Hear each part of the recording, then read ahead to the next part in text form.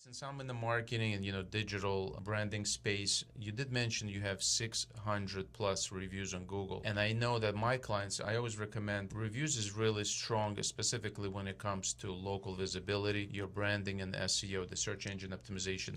Google, I think, puts a lot of weight on the credibility and the real testimonial, real reviews across the internet. So you being a technological company, because you have remote workers, you utilize the latest technology when it comes to AI. How important was it to automate a process to request reviews automatically? And was that a success to your 600 plus reviews because you build a system where the automation asks for review automatically? So thanks to you and thanks to Boca Business Builders, we discuss automation and AI all the time, and you being a guru in that field, you helped me out a lot. Thank you very much for that.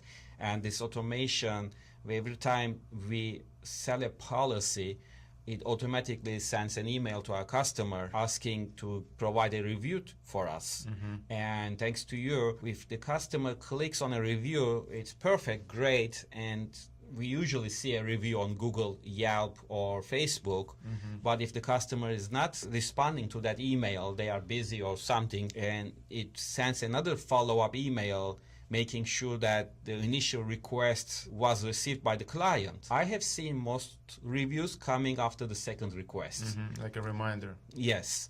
And that you are the perfect guru in that field, and I'm learning a lot from you, and it's helping my business a lot. I never expected Google reviews to bring me business, and every week I am getting calls in just because we have the most amount of reviews on Google in this field in Boca Raton.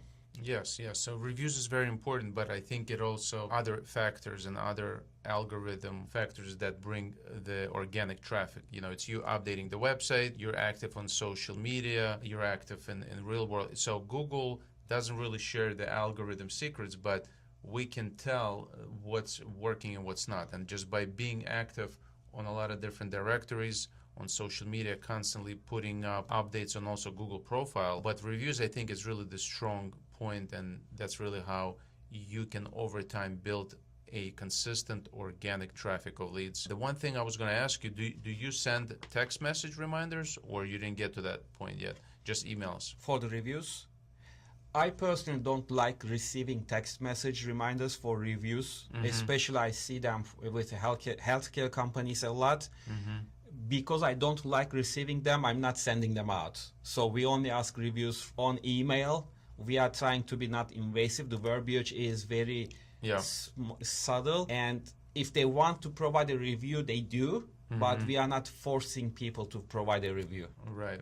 Yeah, so it's different for every business. Yours is more like compliant. It's related to financial, very strict and regulated business. So you want to be a little bit more cognizant of what you do. For a business like a restaurant or a pizza delivery, I think text messaging is more relevant. So 658 now. 658. That's quite a bit. I'm still growing to that in Boca area, and it's important to establish. If you're becoming into business, Google profile is really the most important presence that you have to set up, as Google still has the monopoly. More importantly, give us a couple examples that what you built in your system that really takes it to the next level when it comes to like automations and AI. I think one of the greatest things we recently did this year is we replaced our front desk phone answering with an AI assistant. So she doesn't get moody. She's always happy. She always follows the rules, and she always answers the calls at the same time. And technically she works 24/7. And I have customers, believe it or not, I have customers when I speak with them. Her name is Rosie, by the way. I have customers when I speak with them, they say, "Oh, say hi to Rosie," knowing that Rosie is an AI assistant, but people are enjoying talking with Rosie as well. So that was a good step for us. We are limiting AI to service, but we are not letting AI to talk or comment about insurance just because of the regulations, and we don't want AI to make a mistake and provide an incorrect information. You still have to have like a human person looking at all the documents, making the right decisions, but AI should be used for productivity and speeding up the process, whether it's summarizing a text or maybe making an email sound better. That's really on the marketing side how we use AI. But when it comes to like the strategy, when it comes to actual experience in the industry, AI is a good tool to do the research and maybe expand upon a certain proposal or a strategy. But I completely agree with you. AI should be treated very carefully because it does make mistakes. It does. It does. A friend of mine checked my name on ChatGPT, and ChatGPT came back. Alper Behar is the second most popular Turkish mortgage broker in the United States. I never did mortgage. Is there another Alper Behar? No. So mistakes happen. I guess the data is not clean enough, clear enough for the AI. But where we are using AI is when we create a homeowners insurance quote. Now we have a list of 23 quotes, 23 premiums and details.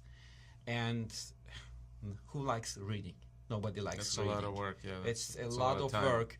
And then if we want to give a summary on the email to our customers saying that, hey, attached is the list of 23 quotes with the premiums, but this one is the cheapest premium, because especially when you work with mortgage brokers, they want to see the lowest number so they can adjust their LTV or loan to value details. So we are feeding, thanks to Zapier, we are feeding that quote list through Zapier to ChatGPT, asking ChatGPT to find the cheapest one and then create an email for us with that information in it, and that gets sent to our customers. Nice. So you probably saved like 40-50 hours worth of manual labor that you would have to pay somebody to do this manually.